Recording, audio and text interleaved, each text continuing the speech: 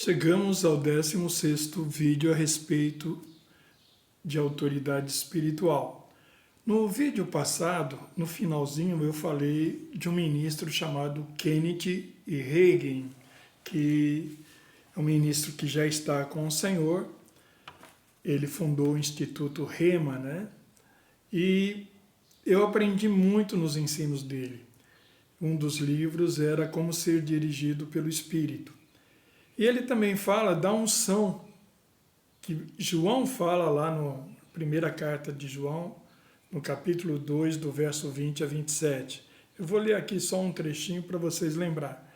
Entretanto, vós tendes uma unção que procede da parte do Santo, e todos tendes pleno conhecimento. Portanto, não vos escrevo porque vos falta o conhecimento da verdade, mas justamente porque a conheceis e porquanto nenhuma mentira tem origem na verdade. Quem é o mentiroso senão aquele que nega que Jesus é o Messias? Este é o anticristo, o que nega tanto o Pai quanto o Filho. Eles não negam com a boca, eles confessam que Jesus é o Senhor com a boca, mas não com a vida. Veja, eles têm o senhorio de Jesus tão somente como um título, não como um domínio sobre eles, porque eles rejeitaram o senhorio de Jesus. Eles receberam Jesus mais como Salvador, não como Senhor. E Jesus não pode ser Salvador sobre aqueles que ele não é Senhor. Para ele nos salvar, ele precisa primeiro ser Senhor em nossas vidas. A salvação é uma consequência do senhorio dele sobre nós. E isso tem a ver com esta unção, porque esta unção fala sobre o temor do Senhor. Sem ele não podemos ter intimidade com Jesus. E se eu não estiver em comunhão com ele, eu não posso ser salvo. Porque a salvação vem através dessa comunhão. É a comunhão que ele tinha com os discípulos no tempo da sua carne. Agora ele tem conosco pelo Espírito Santo, entende? Só que agora é melhor, porque antes Jesus estava impedido, porque ele tinha que dormir, ele estava num corpo, né, físico, ele também tinha que atender os outros. Hoje não. Hoje, a qualquer hora, você pode ter acesso à comunhão com o Senhor, e isso é tremendo, entende? Bom, continuando a falar sobre isso, você vai ver que lá em Mateus, capítulo 7, do verso 21 a 23, Jesus vai falar algo muito, muito, muito importante. Eu já tenho falado algumas vezes aqui, vou repetir. Nem todo aquele que diz a mim, Senhor, Senhor, entrará no reino dos céus.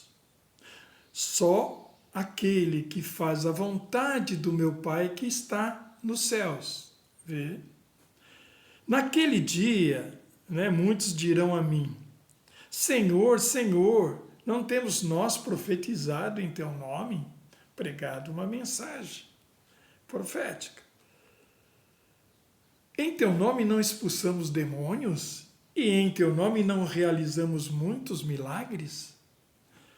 Olha o que Jesus vai dizer para estas pessoas, porque eles estão falando das obras do ministério, não da vontade do Pai. Verso 23, então lhes declararei, abertamente Jesus vai falar, nunca os conheci. A palavra aqui, conheci, é ginosco no grego, que quer dizer intimidade, conhecer intimamente a pessoa, ter relacionamento íntimo. Nunca os conheci. Afastai-vos da minha presença, vós que praticais a iniquidade. Vê? A iniquidade.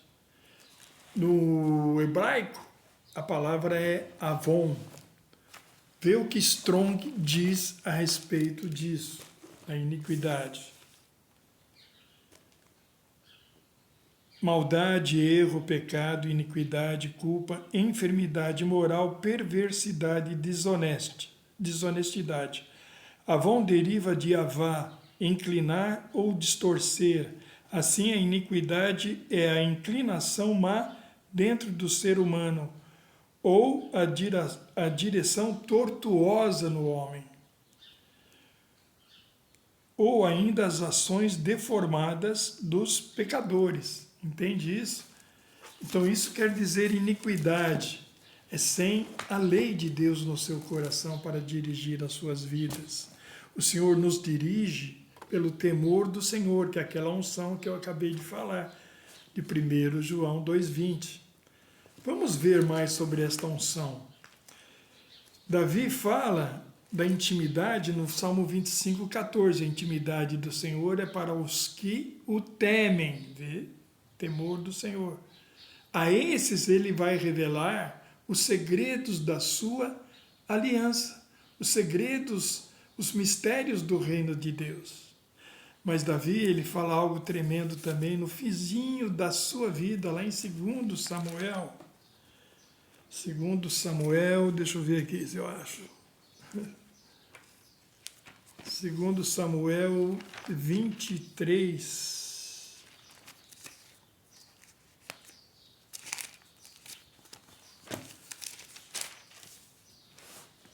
23. Vou ler aqui na Bíblia Jerusalém, que é mais interessante. Oráculo de Davi, filho de Jessé, oráculo do homem que foi exaltado. Essas são as últimas palavras de Davi.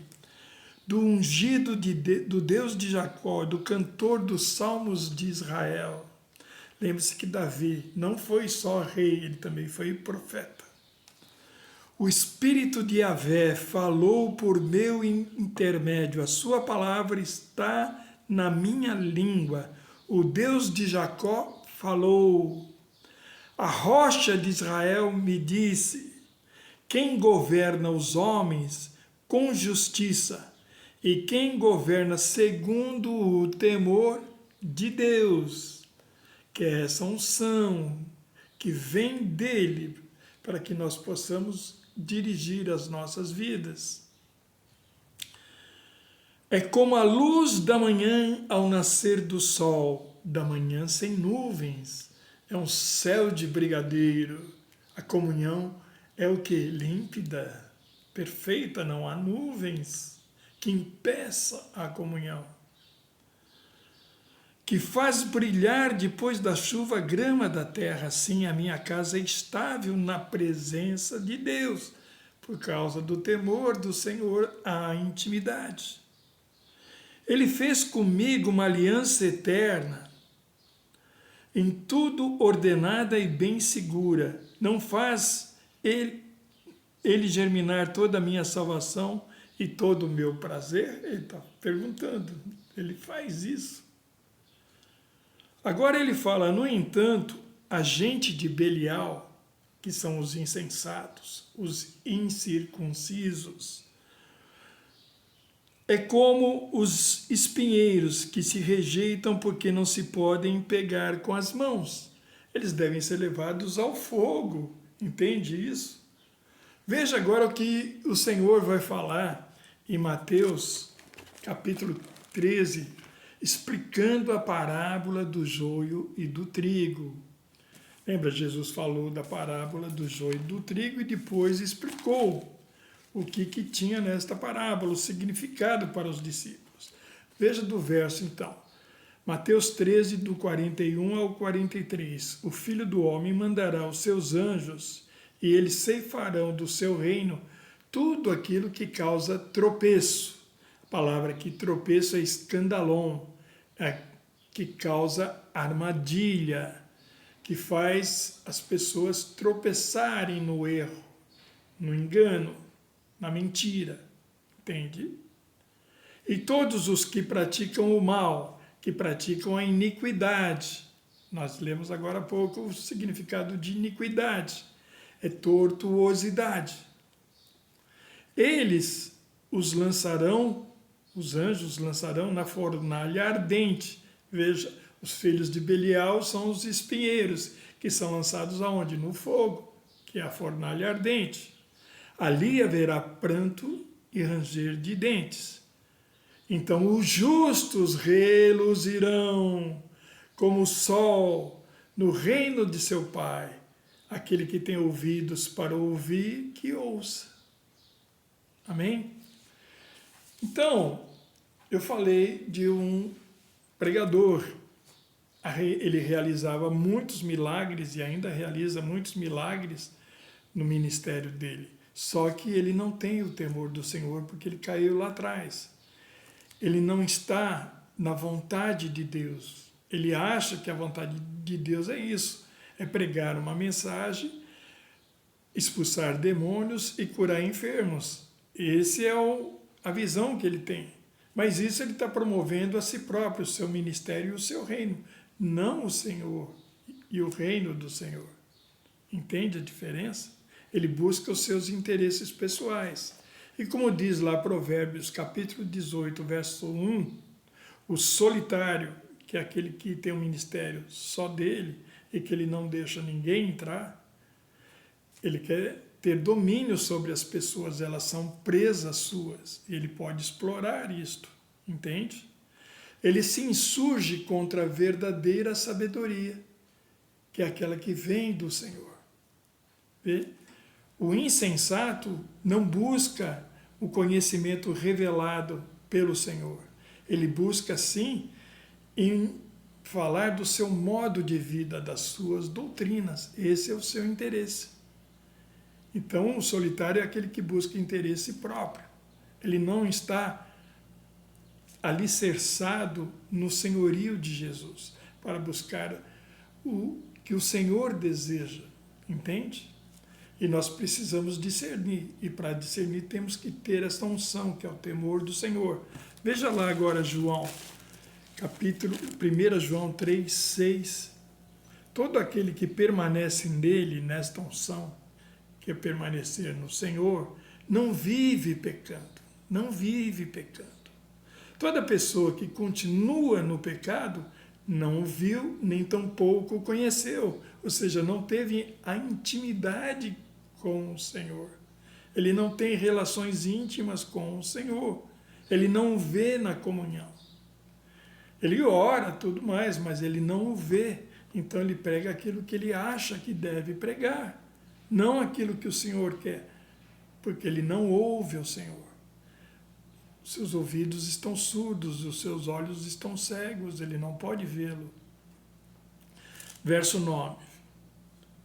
Todo aquele que é nascido de Deus não se dedica à prática do pecado, porquanto a semente de Deus permanece nele e não pode continuar no pecado. A semente é essa unção, é o temor do Senhor. Ele colocou dentro de nós e nós temos que zelar por ela para que ela não se corrompa, porque ela pode se corromper. Eu já falei sobre isso aqui, né, na pregação que fala das manifestações do Senhor. São 4 vídeos que falam sobre isso. Veja lá. Verso 10. Deste modo conhecemos quem são os filhos de Deus e quem são os filhos do diabo. Quem não pratica a justiça não procede de Deus, nem tampouco aquele que não ama seu próprio irmão. Quando nós realmente amamos, nós sujeitamos uns aos outros. Você vai ver que Efésios 5:21 diz assim: sujeitai-vos uns aos outros no temor de Cristo. Vê, temor, por causa da unção. A unção te dá discernimento. Hoje, eu não tenho mais o Kenneth Hagin, que ele já está com o Senhor, mas ainda os seus livros muito ainda falam. Hoje eu tenho o John Bevere, que fala do bem e de Deus. Tenho também Luciano Subirá, um pastor lá de Curitiba, que eu assisto muito os seus vídeos, porque eu aprendo muito com ele. Eu quero ler algo aqui, uma advertência solene nesse livro do bem ou de Deus, do John Bevere, que fala: Jesus advertiu que depois da sua partida um evangelho seria proclamado e amplamente aceito que ofereceria salvação fora do senhorio. Os apóstolos foram mais específicos e afirmaram que isso aconteceria mais próximo ao tempo da volta de Jesus, isto é, nos nossos dias, Esta mensagem herética e disseminada reduziria Senhor meramente a um título em vez de uma posição que ele ocupa na vida das pessoas. As pessoas o chamariam de Senhor, mas não negariam a si mesmas, não tomariam a sua cruz e não o seguiriam.